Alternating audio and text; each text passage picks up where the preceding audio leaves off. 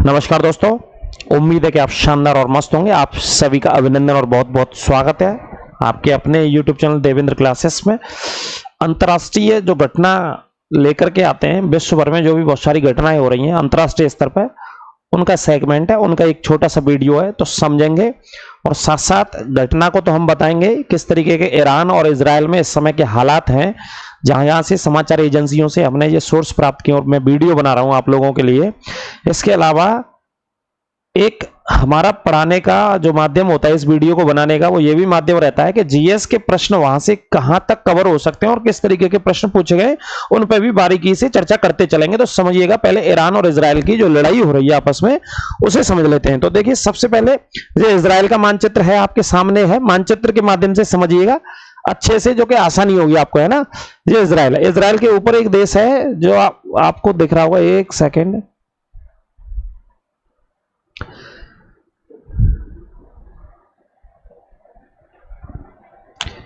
Israel के ऊपर जो कंट्री है वो कौन सा है? लेबनान है।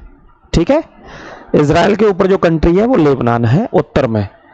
इजराइल के इस हिस्से में अगर बात करें तो सीरिया है, ठीक है, और नीचे इजराइल के इस हिस्से में जॉर्डन है। ये इनकी सीमाएं पूछी जा सकती हैं, तो ध्यान रखना है।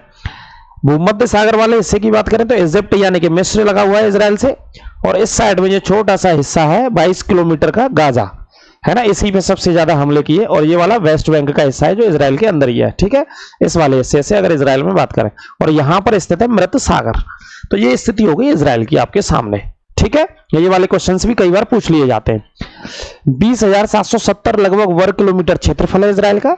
इजराइल के एरिया की बात करें, 20,000 वर्ग किलोमीटर क्षेत्रफल है। लगभग 1 करोड़ की जनसंख्या रहती है इजराइल में।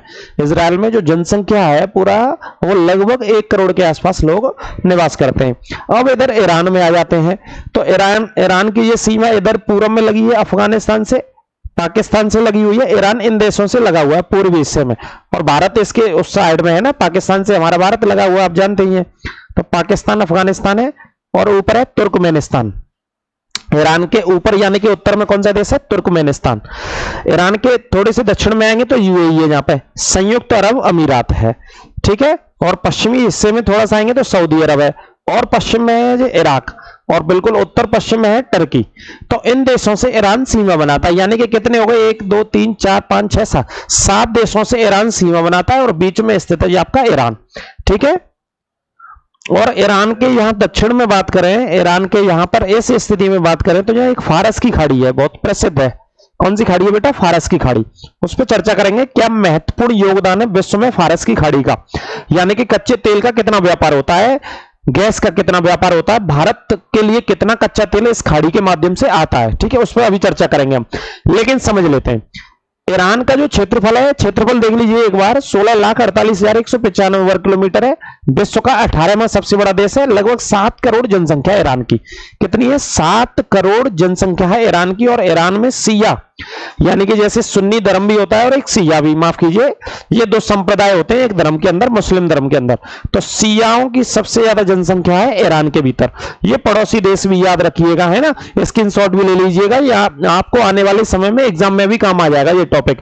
और ये इजराइल हो गया, और इजराइल की पूरी स्थिति हो गई। अभी हाल ही में 1 अक्टूबर 2024 को हुआ क्या था? 1 अक्टूबर 2024 को किसने अटैक कर दिया था? तो बेटा 1 अक्टूबर 2024 को अटैक कर दिया था आपका, किसने अटैक कर दिया था 1 अक्टूबर 2024 को? मैं आपको बता देता हूं, ईरान ने इजराइल के ऊपर अटैक कर दिया था 1 अक्टूबर 2024 को। किसके ऊपर अटैक कर दिया था? ईरान ने इजराइल के ऊपर अटैक किया था, लगभग 180 से 200 बैलिस्टिक मिसाइलों से अटैक कर दिया था, है ना। अगर दूरी की बात करें तो 2000 किलोमीटर, 2000 से 2500 किलोमीटर की हवाई दूरी की बात कर रहे हैं। अभी चूंकि जहाजों से अटैक हो रहा है, इधर से उधर मिसाइलों से अटैक हो रहा है, तो 180 से 200 मिसाइल्स दाग दी थी इजराइल के उत्तर वाले हिस्से के ऊपर, यानी कि वहां से जो सरकार चलती है इजराइल की। ठीक है, इजराइल की राजधानी तो जेरूसलम है, लेकिन इजराइल की जो सरकार चलती है, पॉलिटिकल जो सिस्टम है, बेंजामिन नेतन्याहू वहां के जो प्राइम मिनिस्टर हैं, या वहां का जो रक्षा मंत्रालय है, वो तेल अवीव से काम करता है। तो अधिकांश जो मिसाइलें ईरान ने अटैक किया था इजराइल के ऊपर, वो कौन से शहर पर करी थी? तेल अवीव वाले शहर पर। तेल अवीव कहां पर स्थित है? ये वाला हिस्सा है, मैं आपको बता दूं, तेल अवीव वाला जो हिस्सा है बेटा, तेल अवीव और हाइफा। देखो, हाइफा पर अटैक किया था, और कहां पे? तेल अवीव पर। यहां पर ईरान ने अटैक किया था हाइफा और तेल अवीव, ये इजराइल के प्रसिद्ध शहर है, यहां से इजराइल की सरकार चलती है। ठीक है, 1 अक्टूबर को यह अटैक किया था। कब अटैक किया था? 1 अक्टूबर वाले दिन यह अटैक किया था। अभी 26 दिन के बाद, कितने 26 दिन के बाद इजराइल ने ईरान के ऊपर पलटवार किया है, यानी कि अटैक कर दिया है। और अटैक कैसा किया है? छोटा मोटा अटैक नहीं किया है। जहां तक जो सूचना अभी तक समाचार पत्रों के एजेंसीज के माध्यम से है, उसमें देखिए ईरान और इजराइल की जो दूरी की बात करें, लगभग 2500 किलोमीटर की दूरी है। यानी कि ये ईरान है, आपको दिख रहा है, मध्य एशिया का देश है ईरान। कहां पे पड़ता है बेटा? मध्य एशिया का, है ना, ये भी याद रखिएगा, मध्य एशिया का देश है। और इजराइल आपका जो स्थित है वो इजराइल यहां पर है, ये इजराइल है। इन दोनों देशों के बीच में यहां से वार हो रहा है, इजराइल से ईरान के ऊपर। इस तरीके से 100 फाइटर प्लेन, कितने 100 फाइटर प्लेनों से अटैक किया गया। इजराइल ने ईरान के ऊपर लगभग ऐसा कहा जा रहा है कितने 100 फाइटर प्लेन्स के माध्यम से, फाइटर जेट के माध्यम से अटैक किया गया है। और ईरान के ऊपर यहां अटैक किया गया वहां जहां तेल का उत्पादन सबसे होता है। ईरान का जो दक्षिणी हिस्सा है, दक्षिणी वाला जो हिस्सा है, तेल के उत्पादन के लिए जाना जाता है। तो लोगों को मारना नहीं था, सिर्फ और सिर्फ इजराइल के द्वारा आईडीएफ जो इजराइल डिफेंस फोर्सेस है उसने जानकारी दी है कि हमने ईरान के मिलिट्री बेस हैं जो या सैन्य उपकरण सबसे ज्यादा है, उन पर मिलिट्री अटैक किया है हमने ईरान के ऊपर। ठीक है, तो इजराइल ने ईरान के ऊपर लगभग 2500 किलोमीटर की दूरी पर दक्षिण मध्य ईरान के सिराज शहर, एक सिराज शहर है दक्षिण मध्य ईरान जो तेल के लिए ही जाना जाता है, तेल के उत्पादन के लिए, यहां पर हमला किया है। 100 से ज्यादा फाइटर जेट लड़ाकू विमानों से हमला किया गया, जिसमें F-35 स्टील्थ फाइटर जेट भी शामिल है, जो कि अमेरिका के द्वारा इजराइल को दिए गए। लगभग 26 दिनों के बाद ये इजराइल ने बदला लिया है। और इजराइल के रक्षा मंत्री ने, इजराइल की आईडीएफ फोर्सेस ने कहा है कि हमने जो 1 अक्टूबर को ईरान ने हमारे ऊपर हमला किया था 200 मिसाइल से, उसका हमने बदला ले लिया है। अब यहां पर क्या होगा? ये मध्य पूर्व का पूरा ये सिस्टम है। अब ईरान के दक्षिण में देखेंगे तो ये वाला जो सागर वाला जो हिस्सा दिख रहा है ना आपको, ये सागर वाला जो हिस्सा दिख रहा है, ये वाला जो हिस्सा दिख रहा है, यहां पर फारस की खाड़ी है। और फारस की खाड़ी से ये अरब सागर के होते हुए भारत तक व्यापार होता है, बहुत बड़े पैमाने पर भारत तक व्यापार होता है इस खाड़ी के माध्यम से, क्योंकि कच्चे तेल का उत्पादन विश्व भर में ये देश करते हैं सभी। जैसे कुवैत हो गया, इराक हो गया, ईरान हो गया, कुवैत हो गया, बहरीन हो गया, कतर हो गया, है ना, ओमान हो गया, सऊदी अरब हो गया, ये सभी देश जो हैं, सभी देश फारस की खाड़ी के माध्यम से ही व्यापार करते हैं। ठीक है, विश्व के अन्य देशों में तो तेल का उत्पादन, गैस का उत्पादन इस खाड़ी के पास के देशों में अधिकांश होता है, बहुत बड़े पैमाने पर होता है। तो ये तो अटैक वाली बात हो गई भाई साहब। कौन सी हो गई? अटैक वाली बात। अगर देखो भारत की स्थिति की, इस तरीके से हमला किया है, इस तरीके से इजराइल ने 100 जहाजों के माध्यम से, फाइटर प्लेन के माध्यम से हमला किया है। इजराइल ने कहा है इजराइल का बदला ईरान में 10 से ज्यादा ठिकानों पर किए हमले, 10 से ज्यादा ठिकानों पर आप देख रहे हैं इस तरीके से आग जलती हुई दिख रही है, यहां पर फाइटर जेट के माध्यम से हमला किया गया है इजराइल के माध्यम से। ठीक है, आप देख ही रहे इस तरीके से ये पूरी ताकत से देर रात को ये हमला किया है। ठीक है, इस तरीके से जहाजों के माध्यम से यह हमला किया देर रात्रि को इजराइल के द्वारा। अब देखिए आगे इसके बारे में थोड़ा सा और मैं बता देता हूं जो आपको जानकारी दूं। पश्चिमी एशिया का सबसे बड़ा देश है ईरान के बारे में थोड़ा सा। कैस्पियन सागर के दक्षिण में और दजला फरात घाटियों में सबसे ज्यादा जनसंख्या रहती है। ये दजला फरात आपने नदियां पढ़ी होंगी, कैस्पियन सागर भी पढ़ा होगा। ईरान के दक्षिण पश्चिम में सबसे ज्यादा पेट्रोल के भंडार हैं और वहीं पर इजराइल ने हमला किया है। जहां पर पेट्रोल के भंडार हैं, जहां पर मिलिट्री बेसेस है, वहीं पर सबसे ज्यादा हमला किया है। आबादान, पेट्रोल की राजधानी इसको कहा जाता है, याद भी रखिएगा, इसके लिए ईरान में फेमस है। आबादान सबसे बड़ी रिफाइनरी भी है। लाली, करमनशाह और नफ्त, ये ऐसे इलाके हैं ईरान के जहां पेट्रोल का उत्पादन होता है, बहुत बड़े पैमाने पर तेल के भंडार है, कच्चे तेल के भंडार है इन इलाकों में। तो इजरायली, तो दोस्तों थोड़ा सा वीडियो बीच में डिस्टर्ब हो गई तो फिर एक बार मैं बता देता हूं इसी के बारे में। जो ईरान और इजराइल के मध्य में इस समय तीसरा विश्व युद्ध ऐसी संभावना हो रही है कि बहुत सारे देश आपस में दोनों देशों की तरफ आ सकते हैं जो अलग अलग मान रहे हैं। तो ईरान के बारे में बता रहा था, इजराइल ने अटैक कर दिया है 26 अक्टूबर के बाद, जो मैं बता चुका हूं आपको। कुछ चीजें रिपीट भी हो जाएंगी, दोबारा से वीडियो को शूट कर रहा हूं। जैसे पश्चिमी एशिया का सबसे बड़ा देश है ईरान, कैस्पियन सागर के दक्षिण में सबसे ज्यादा जनसंख्या ईरान में रहती है। दजला, फरात बहुत प्रसिद्ध नदियां जो इराक और ईरान में बहती है, उनकी घाटियों में जनसंख्या रहती है। जो ईरान का दक्षिण पश्चिम वाला इलाका है, दक्षिण और पश्चिम, यहां पेट्रोल के सबसे ज्यादा भंडार है और इजराइल ने इधर ही हमला किया है सबसे ज्यादा, जहां जहां पेट्रोल के भंडार है वहां पे हमला किया है, और जहां मिलिट्री बेसेस हैं ईरान के वहां पर हमला किया है, मिलिट्री बेसेस के ऊपर, मिलिट्री उपकरणों के ऊपर। आबादान सबसे बड़ी तेल रिफाइनरी है ईरान की, लाली, कमरनसा और नफ्त, ये तेल उत्पादन वाले क्षेत्र हैं। इस तरीके के जहाज गए, लगभग 100 से ज्यादा जहाज गए और 100 से ज्यादा जहाजों ने ईरान के ऊपर अटैक कर दिया इजराइल के द्वारा, है ना। जैसा कि मैंने आपको बता चुका हूं, जो चित्रों में दिखा चुका हूं, जो इजराइल ने क्या लिया, बदला लिया भाई साहब, इस तरीके का अटैक करके। अगर ये युद्ध आगे बढ़ता है तो इस तरीके से आप देख सकते हैं, ये इजराइल का मानचित्र है, ये ईरान का है।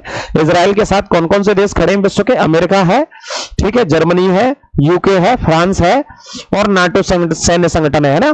इसके अंदर फ्रांस ने अभी हाल ही में हथियार देना भी बंद कर दिया था, लेकिन फ्रांस उसी पश्चिमी कंट्री में आता है, नाटो के अंदर आता है, जो कि मदद करेगा किसी भी हालत में अगर युद्ध एक बड़े लेवल पे जाता है तो, ठीक है, विश्व युद्ध के लेवल पे जाता है तो। ये कंट्री इजराइल के साथ खड़े हुए हैं। ये वाला ईरान हो गया। ईरान के साथ कौन कौन से खड़े हैं, जो ईरान का मानचित्र है आप देख सकते हैं, रूस है, चाइना है, पाकिस्तान है, टर्की है, ये खुले में सपोर्ट कर रहे हैं और बिल्कुल खड़े हुए हैं ईरान के साथ, किसी भी स्थिति में किसी भी हद तक जाने को तैयार हैं। और रसिया ने तो सपोर्ट भी किया है, एयर डिफेंस जो सिस्टम दिया ईरान को, एयर डिफेंस सिस्टम, वो रूस ने ही ईरान को दिया है। और ईरान ने कहा है कि भैया जो इजराइल वाले हमारे ऊपर बम बरसा के गए ना, वो बमों को हमने ऊपर ही खत्म कर दिया अपने एयर डिफेंस सिस्टम से, इतना ताकतवर था, ऐसा ईरान वाले कह रहे हैं। लेकिन इजराइल वाले कह रहे हैं कि भाई हमने तो टारगेट कर दिया, जो भी हमें टारगेट करना था, जहां हमला करना था हम हमला कर चुके हैं अपना, है ना।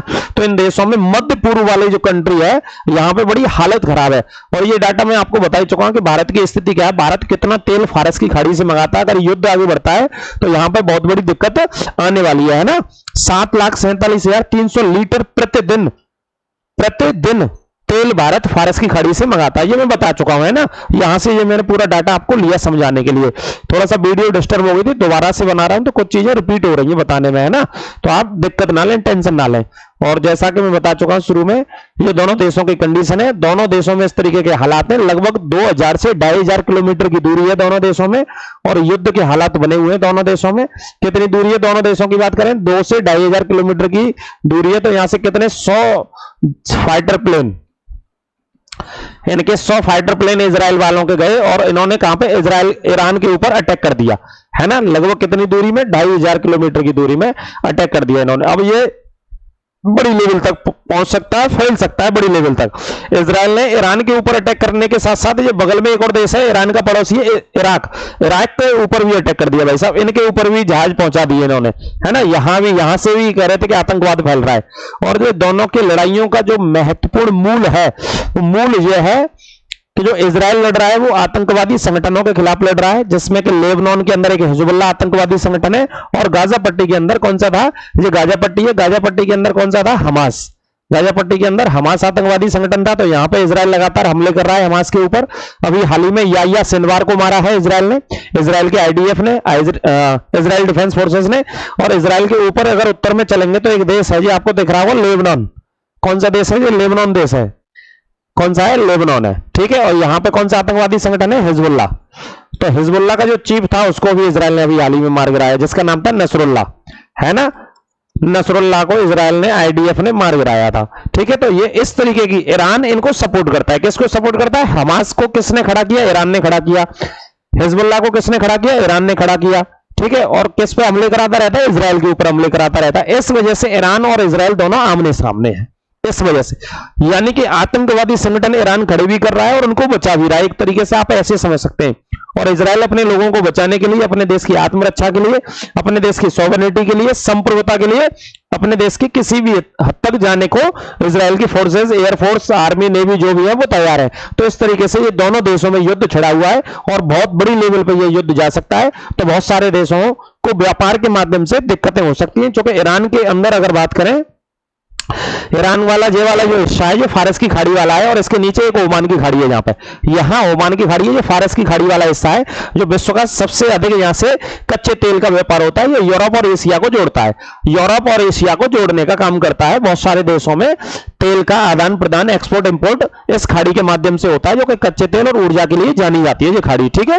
ओपेक कंट्रियों को पढ़ेंगे तो भारत लगभग इस खाड़ी के माध्यम से, मैं बता चुका हूं, 7 लाख लीटर प्रतिदिन तेल मंगाता है। अगर यहां युद्ध बढ़ा, युद्ध बड़ी लेवल पर गया तो समस्याएं विकराल हो सकती हैं। तेल के दाम इंटरनेशनल मार्केट में बढ़ सकते हैं, तो पेट्रोल डीजल आपको भी और हमको भी महंगा खरीदना पड़ेगा।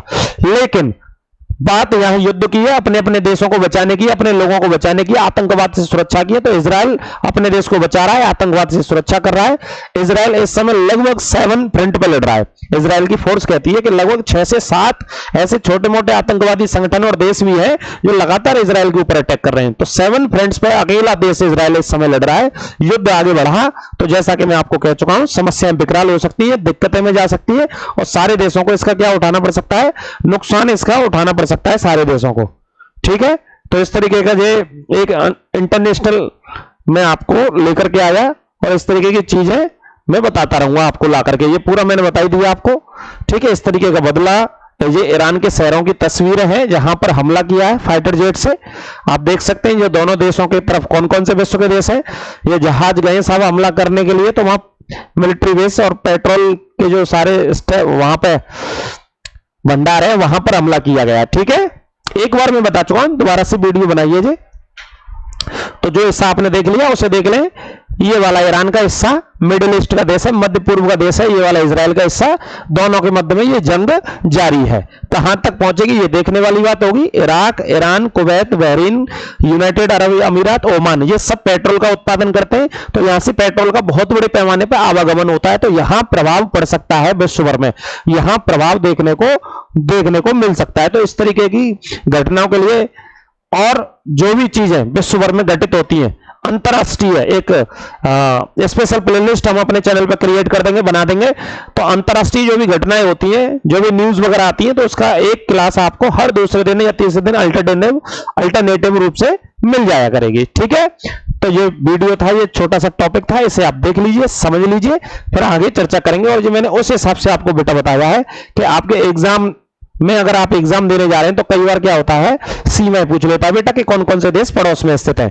इजराइल के पड़ोसी देश, ईरान के पड़ोसी देश, ये मानचित्र के माध्यम से आप स्क्रीनशॉट ले लेना, कवर कर लेना। ठीक है, वीडियो कैसी लगी कमेंट करके बस बताएं। अगली वीडियो में आपसे फिर मिलेंगे। सभी को नमस्कार, राधे राधे, जय श्री कृष्ण।